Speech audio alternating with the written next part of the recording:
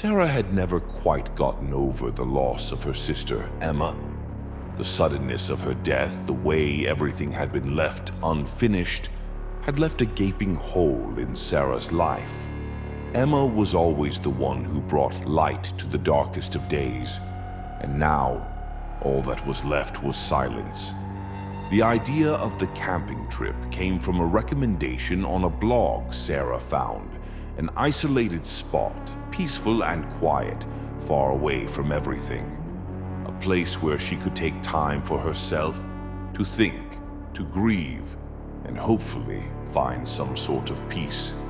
She had packed Emma's old Ouija board, a token of the bond they shared since childhood.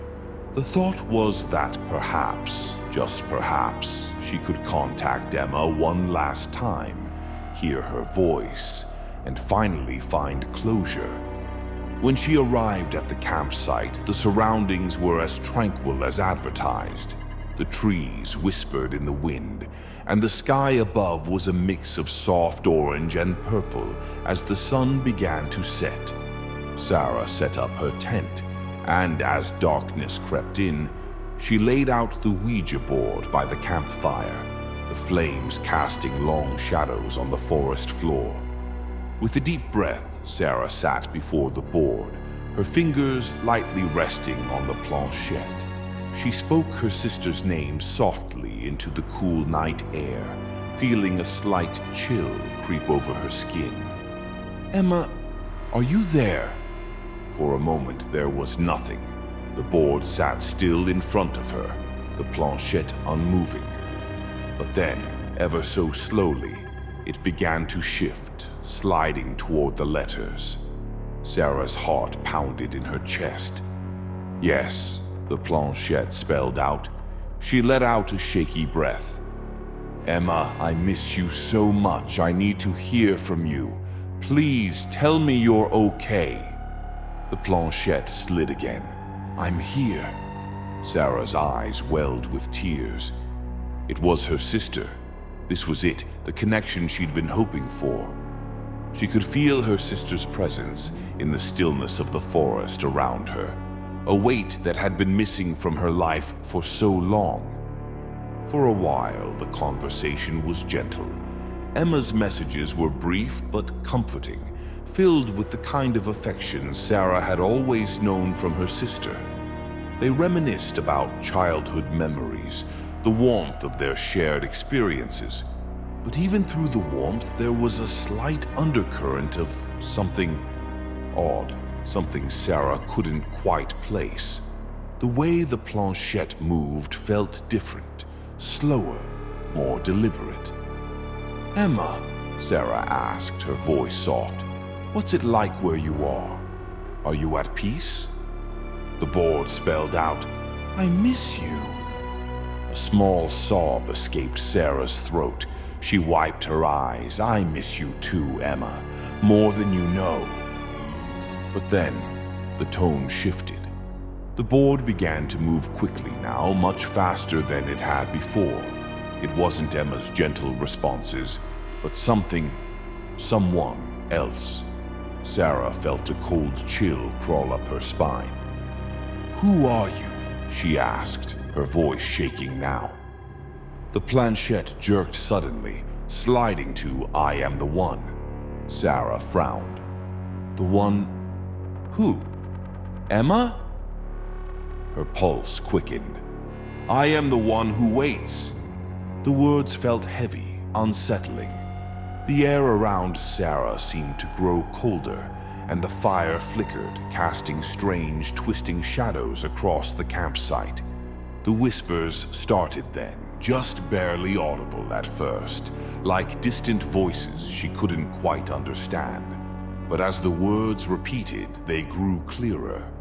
Not her sister's voice, no, this was deeper, darker, almost like it was trying to push Emma out of the way. "Wait," Sarah whispered, her heart racing. "What do you mean?" But the planchette didn't move right away. Instead, it seemed to hover over the board, as if considering whether it should answer. Then, with a sudden jerk, it slid across the board, spelling out something vile, a word Sarah couldn't make out but felt a deep unease in her gut. She pulled her hand back from the planchette, but it stayed. The whispers in the air grew louder, more insistent. "You must stop," came a faint voice, barely audible but unmistakable. Sarah blinked and looked around, startled. The voice had sounded like Emma's, though it was strained, as if struggling to be heard. "You must close it." Sarah's heart thudded in her chest. She felt a pull toward the board, an urge to continue, but something inside her whispered that it was wrong. She hadn't expected this. She'd only wanted to speak with Emma to say goodbye, but the air was growing heavier, thick with something malevolent.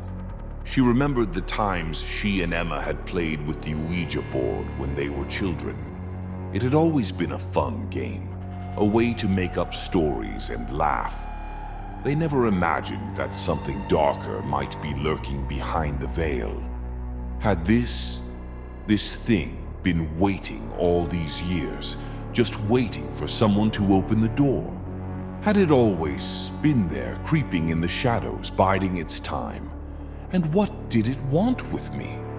What was it doing with Emma?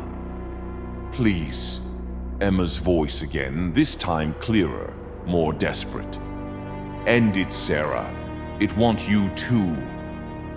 The board moved once more, jerking across the surface, as if some unseen force was taking over. Sarah's blood ran cold. She could feel it now, the presence, something so much darker than anything she could have imagined. And it wasn't her sister. But as she moved to stand, the planchette stopped once more. It slid across the board one final time, spelling out, "I was promised two. I am the one who waits for you. Forever." Terrified, Sarah slammed her hands down on the board. "No!" she cried out. But the board didn't stop moving. It slid once again, faster this time, like it was no longer even trying to answer her questions. The whispers grew louder, now a cacophony of voices all calling to her. The board elevated off the ground and spun slowly in the air, round and round as the planchette whizzed back and forth across the letters. She backed away, fear tightening her chest, trying to escape the sound, the presence, the feeling that had completely overtaken her.